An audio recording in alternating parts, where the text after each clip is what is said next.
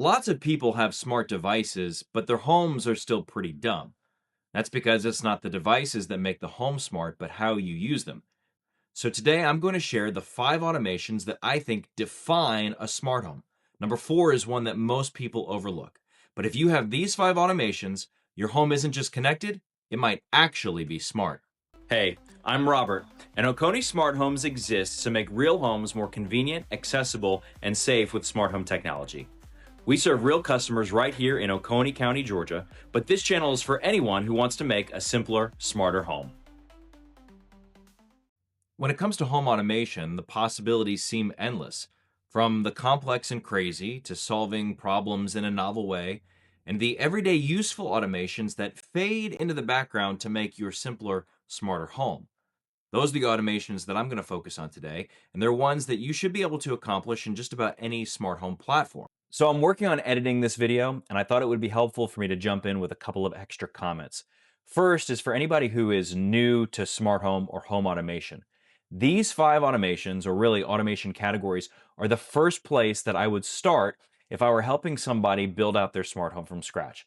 And that's because it gives you a systematic approach to building out a seamless smart home. And second, because of that, I'm not focused on any one particular smart home platform in this video, but more so around the logic to help build out those systems and automations. Now back to the video. First is smart heating and cooling. And no, I don't just mean installing a smart thermostat. I mean actually automating your comfort.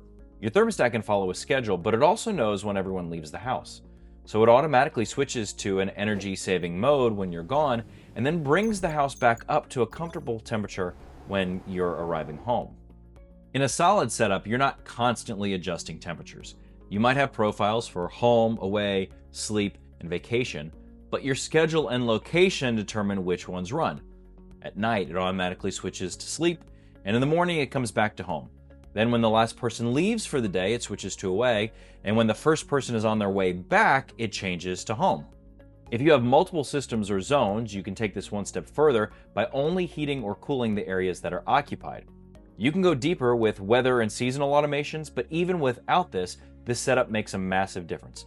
You know your home is smart when you're no longer thinking about climate comfort. It just feels right. Second is location-based security. This is where your home starts reacting to you and not just on a schedule. Every time we leave the house, the lights turn off, the doors lock themselves, and the garage closes if we left it open. If you've got a smart security system, you can also automate that to arm or disarm. And when we pull back in the driveway, the garage automatically opens, the entry lights turn on, and the house feels like it's welcoming us home. And if you don't want these to run, say you have guests, just add a guest toggle. Turn it on and the automations pause. Just don't forget to automate turning it back on.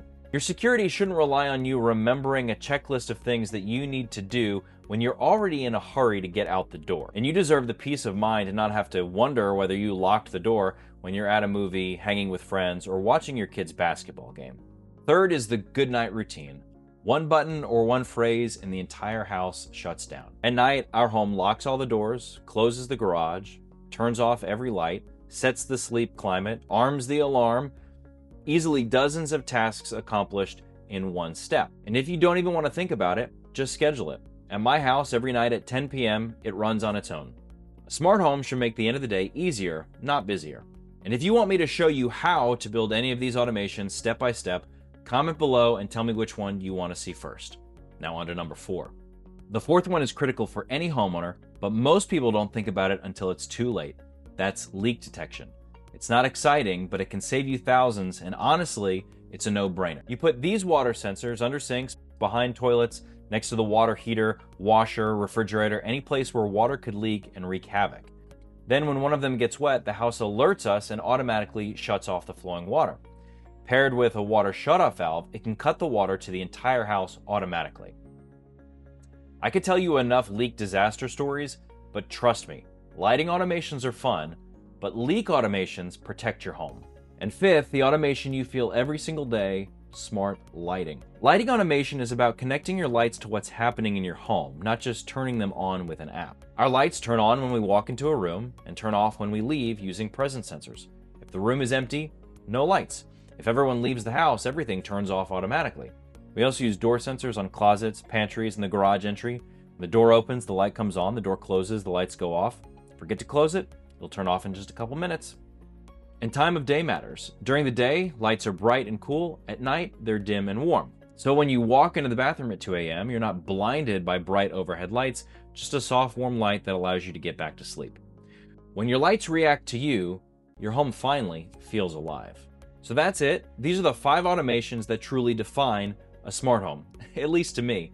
Not the flashy gadgets, but the things that actually make your house more comfortable, safer, and easier to live in. I'm not saying these are the only automations you'll need or use, but if you don't have these, I'd argue your home may be connected, but it's not truly smart yet. Drop a comment and tell me which automation you'd add to the list, or the one you think I forgot. But take it easy, I'm planning to do a separate video to highlight 5 crazy automations. God bless you. I'll see you next time.